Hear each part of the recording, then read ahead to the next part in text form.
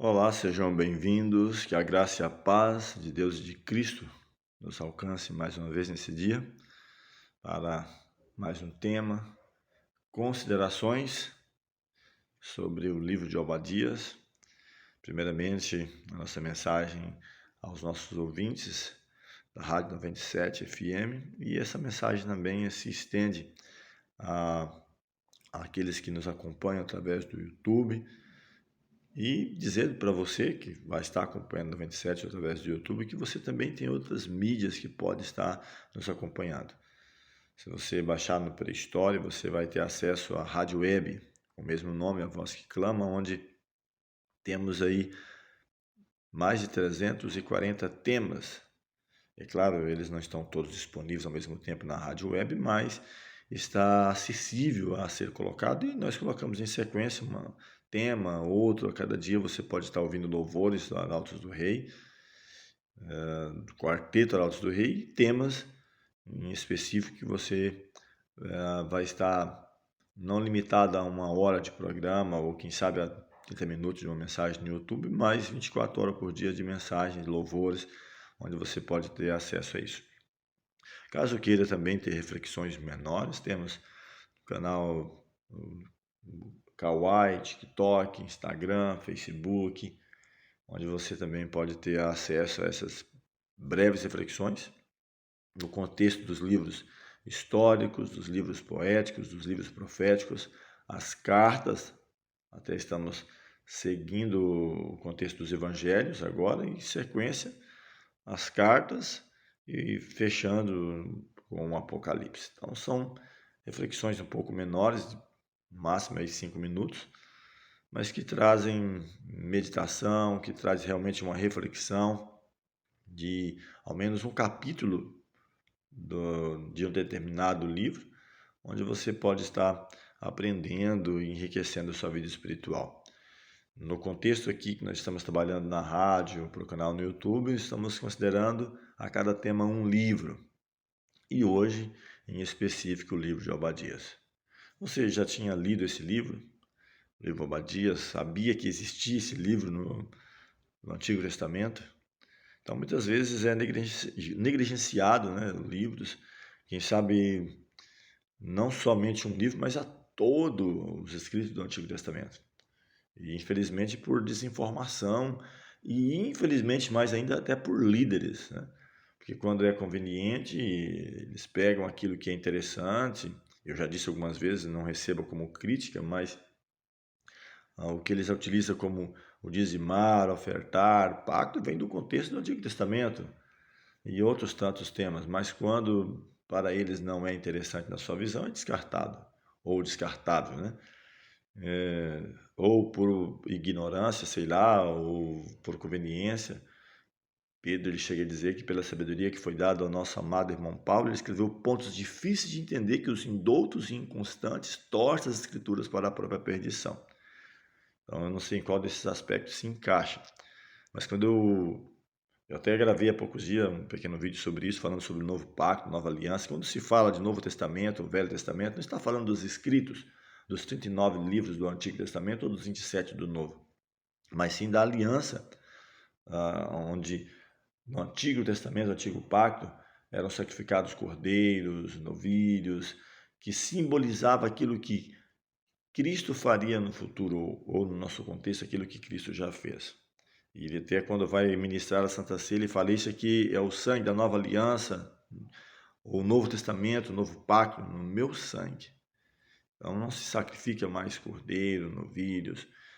Até no dia da morte de Cristo, diz que o véu do templo se rasgou de alto a baixo, mostrando que isso já havia acontecido. E aí alguns argumentam que foi abolido o Antigo Testamento, que a lei de Deus foi abolida, não tem nada a ver nesse contexto. Eu tenho um tema também que fala sobre o contraste entre leis ou as diferentes leis. Mas voltando aqui ao tema, ao livro de Obadias, é um livro pequeno, aliás, é o menor livro do Antigo Testamento. Ele não tem nem capítulos, são alguns versos. E a gente vai estar considerando ele, então, para a mensagem de hoje. Mas antes de entrarmos na mensagem específica, quero convidar você a termos uma palavra de oração, preparando assim o nosso espírito para ouvir a palavra de Deus. Eterno Deus, bondoso Pai, graças rendemos pelo cuidado, a proteção, pela oportunidade de podermos meditar na Tua palavra nesse dia, e não só meditar, mas queremos também aplicá-la. Abençoe ricamente a todos aqueles que estarão a ouvir essa mensagem 97, aqueles que posteriormente também estarão acompanhando através do YouTube, que a vida, a família, os familiares, os projetos possam ser colocados diante de Ti e o Senhor possa operar segundo a Tua vontade na vida de cada um. Dá-nos a Tua paz, Tua graça, nos conceda a unção do Teu Santo Espírito. São bênçãos que te pedimos e agradecemos em nome de Jesus. Amém. Quero mandar também um alô especial hoje para a professora Leila. No último estudo nós mandamos para a Eliana, né? E a professora Leila nos mandou uma mensagem pelo WhatsApp: olha, estou aqui na escuta do seu programa. E ela até oferece também para ela, vou mandar uma mensagem aí, um alô para ela, os familiares, né, professora Leila. E ela manda também oferecer um hino de nossa escolha aqui a todos aqueles que vão estar à escuta do programa. Então já fica aqui nosso abraço à professora Leila, seus familiares, e sintam também abraçado todos os nossos ouvintes aí, ou quem estiver acompanhando o programa, não só na rádio, mas depois também no canal no YouTube. É claro que o louvor não vai estar disponível, né, para os que vão acompanhar no YouTube, mas para todos aqueles que estiverem na rádio vai poder acompanhar não somente mas todos os louvores, né, que posteriormente estarão aí disponíveis depois da mensagem aqui. Temos feito um pouco diferente, nem sempre estamos no estúdio da rádio, estamos no nosso próprio estúdio improvisado, seja na chácara, seja aqui em casa, devido aos vários compromissos, mas as pessoas não estão deixando de ser atendidas. E até mesmo isso tem sido útil, porque não somente a mensagem é para a rádio, mas também para outros que estarão acompanhando o tema. Ou vai estar disponível aí para qualquer momento você acessar lá no YouTube e acompanhar. Então, todos aqueles que estiverem aí acompanhando essa mensagem, sintam aí abraçados, né? Falando sobre Obadias, o nome Obadias, ele quer dizer servo de Yahvé ou adorador de Yahvé. Nos diz que havia pelo menos 13 Obadias, né, desde o período davídico ou do rei Davi até o período pós-exílio. Isso você vai encontrar no meu contexto aqui de pesquisa. Claro, você pode pesquisar na internet também, em outros livros, mas na Bíblia de Estudo Endos, que é a Bíblia onde nós temos utilizado, né, para fazer nossas pesquisas, nossos estudos.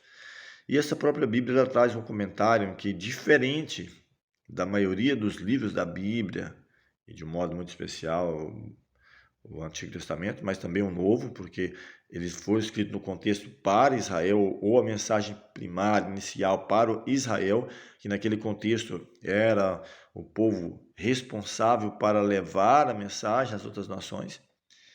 Isso é bem claro. O próprio Cristo ele fala, a salvação vem dos judeus, não tem como fugir disso, do contexto judaico. E Obadias ele foca todo o seu escrito, não é muito, né? Não é nem um capítulo, são alguns versos, contra Edom. Quem é Edom? Edom são os descendentes de Esaú, que era irmão de Jacó.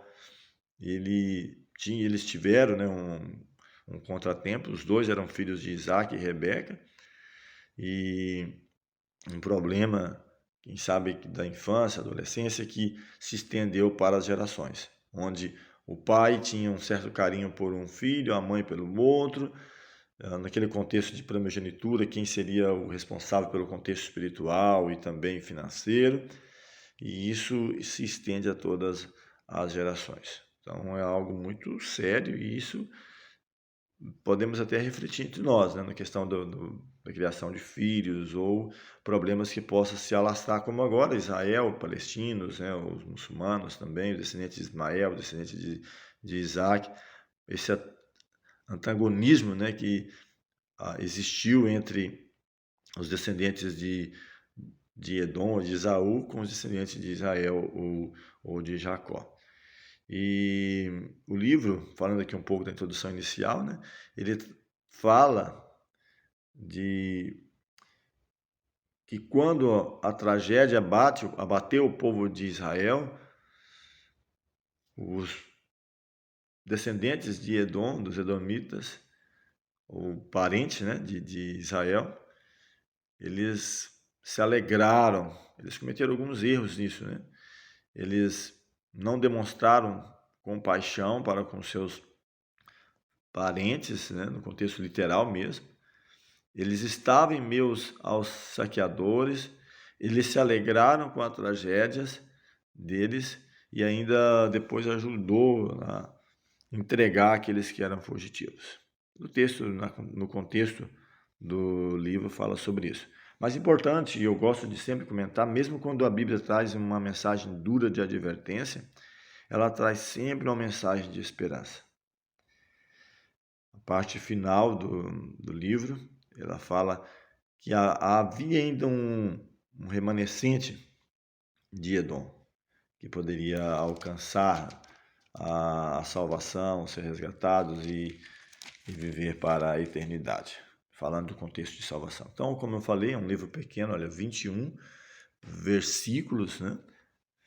E aqui, o começo dele, ele fala justamente sobre os pecados e o castigo de Edom. Aqui ele menciona visão de Obadias. O texto diz: assim diz o Senhor Deus a respeito de Edom: temos ouvido as novas do Senhor, e às nações foi enviado um mensageiro que disse: levantai-vos e levantemo-nos contra Edom para a guerra.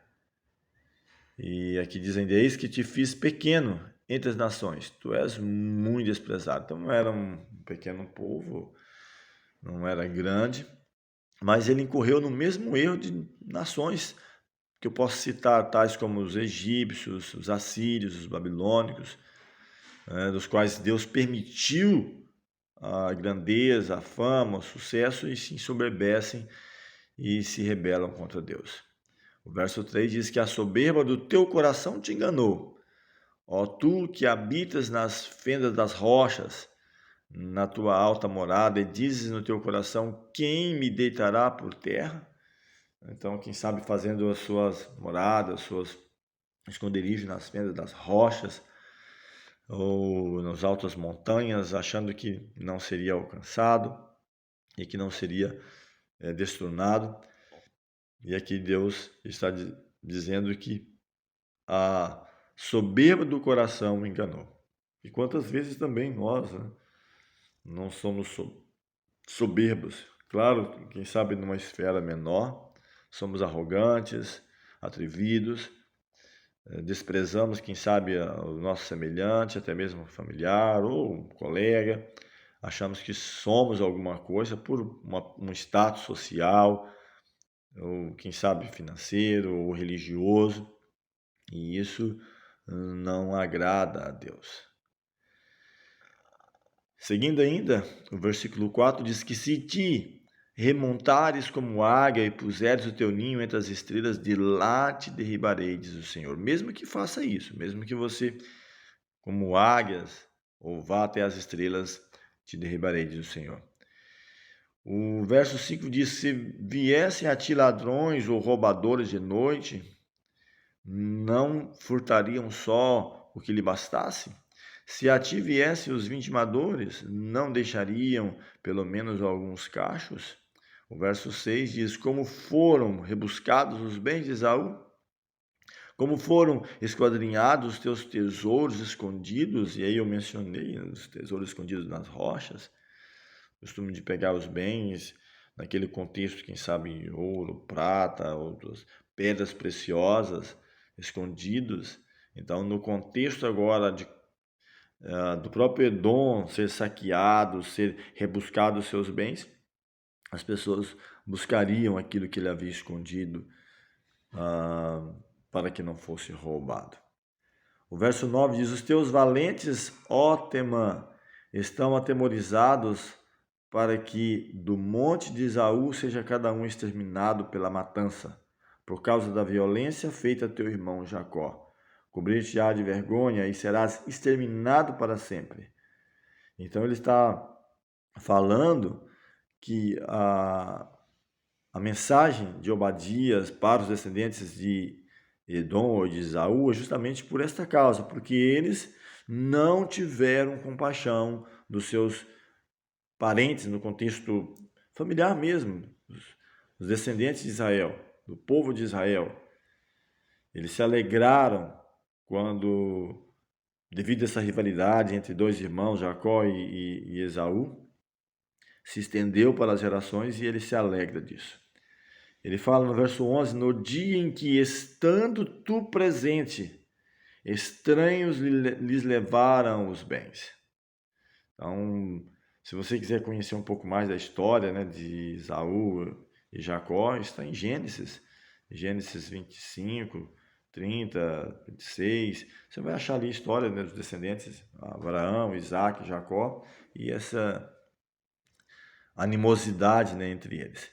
Então ele está falando que no dia em que, estando tu presente, ele estava presente em meio àqueles estranhos que levaram os bens, ou que saquearam, ou que conquistou o povo de Israel, os estrangeiros que lhes entraram pelas portas, deitaram sorte sobre Jerusalém, tu mesmo era um deles. Então eles entram agora, aproveitam a oportunidade onde o povo de Israel estava sendo invadido por um povo inimigo e ele está entre eles, ajudando a destruir os seus inimigos, que nesse caso parentes, né, deles mesmos.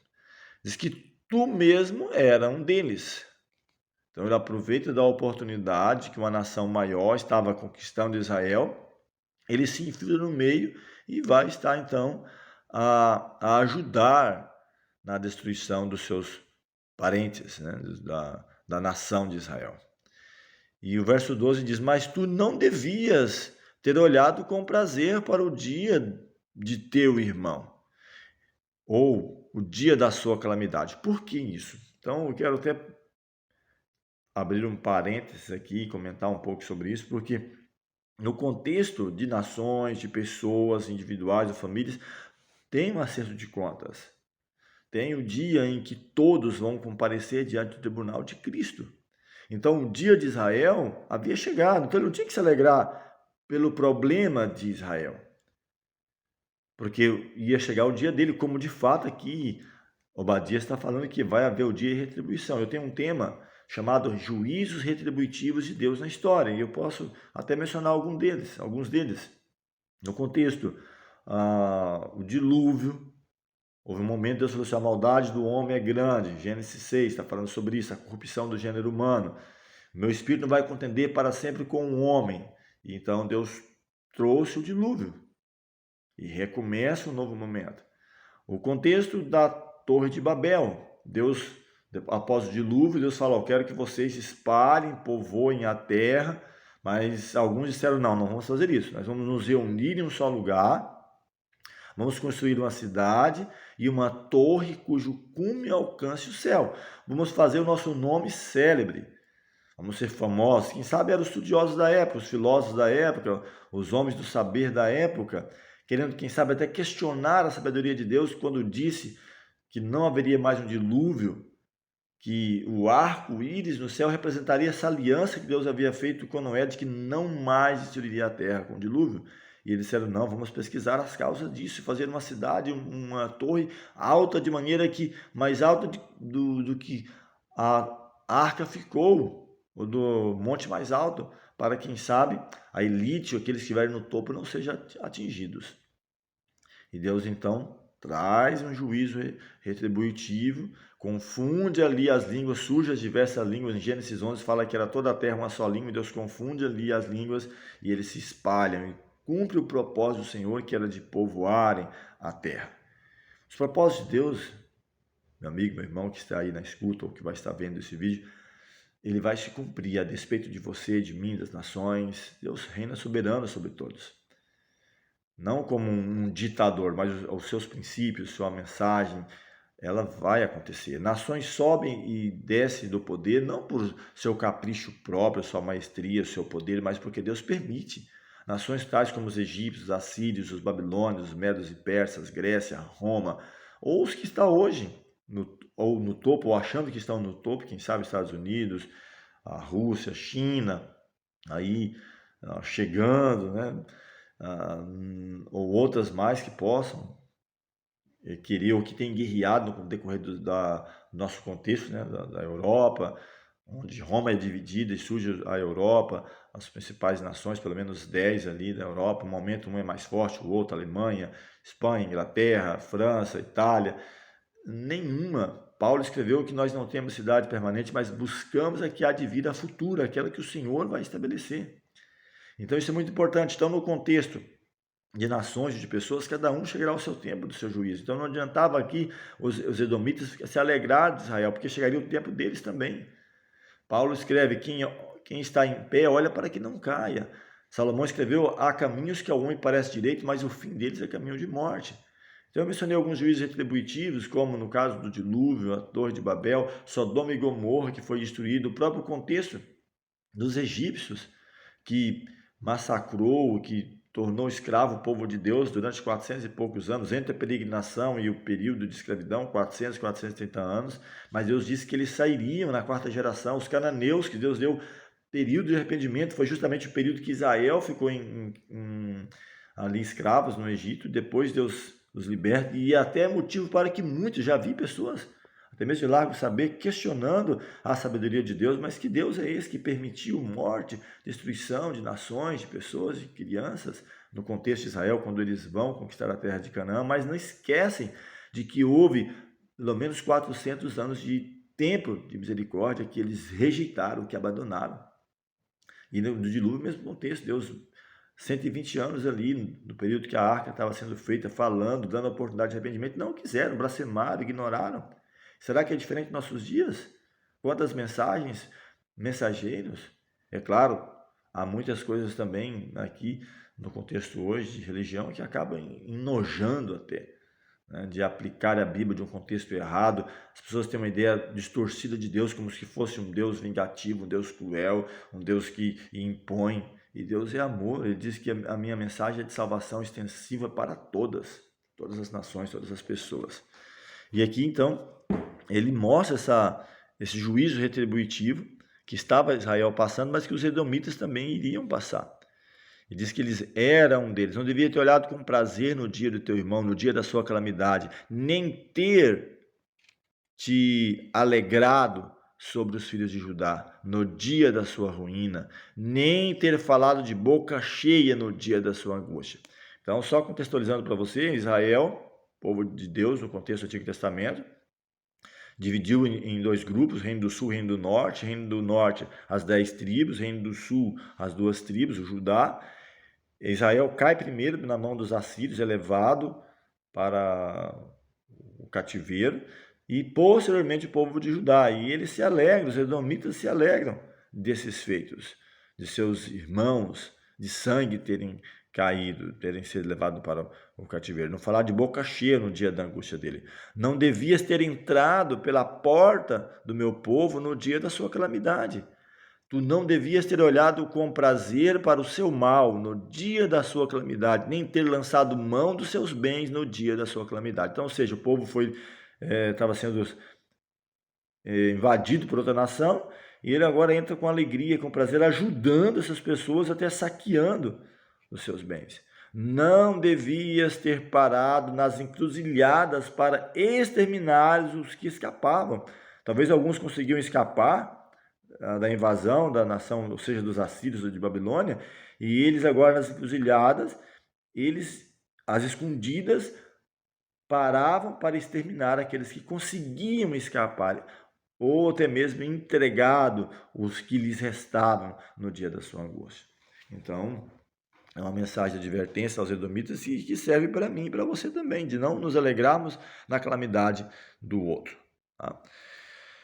Tem uma pequena, talvez você já tenha ouvido falar de uma fábula, uma história, né, de o problema do rato, né, da galinha, do porco, da vaca, em que incomodava o fazendeiro, e o ratinho desesperado: dona galinha, ô, seu porca, ô, dona vaca, me ajuda, estou com problema, ela colocaram uma ratoeira para me pegar. Esse é problema seu, se vire.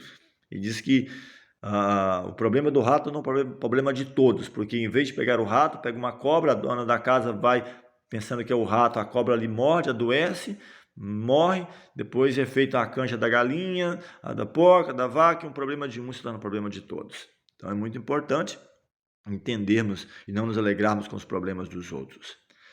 Porque o dia do Senhor, aí ele entra para a parte final, a restauração de Israel. Isso é importante, a mensagem de esperança, porque o dia do Senhor está prestes a vir sobre todas as nações, não só sobre uma, sobre todas.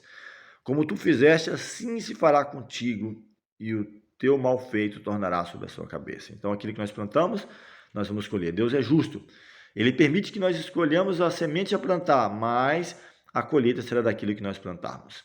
Mas no monte de Sião, a mensagem de esperança, haverá livramento, o monte será santo, e os da casa de Jacó possuirão as suas herdades. Então, a mensagem para nós, né, para todos, aqueles que quiserem alcançar a salvação, é extensiva, não é limitada a Israel, não é limitada a uma igreja, a salvação é Cristo e ele oferece a todos. Ele diz: os de Neguebe possuirão o monte de Esaú, e os da planície aos filisteus possuirão também os campos de Efraim e os campos de Samaria, e Benjamim possuirá a Gileade. Então, é uma mensagem para todos. Ele diz que os cativos do exército dos filhos de Israel possuirão os cananeus até Serepta, e os cativos de Jerusalém que estão em Serafade possuirão as cidades do sul. Então, a mensagem ela é extensiva, e diz aqui mais ainda, fechando, que os salvadores hão de subir do monte Sião para julgar o monte de Esaú, e o reino será do Senhor. Então não será nem de um nem de outro, mas o reino será do Senhor. Não é um novo poder que vai subir, mas o reino é do Senhor. Que a graça do Senhor nos alcance e que a cada dia venhamos crescer na graça, no conhecimento do Senhor. Não sei se você tinha conhecimento sobre esse pequeno livro, mas tem mensagem, e que a graça de Cristo nos alcance.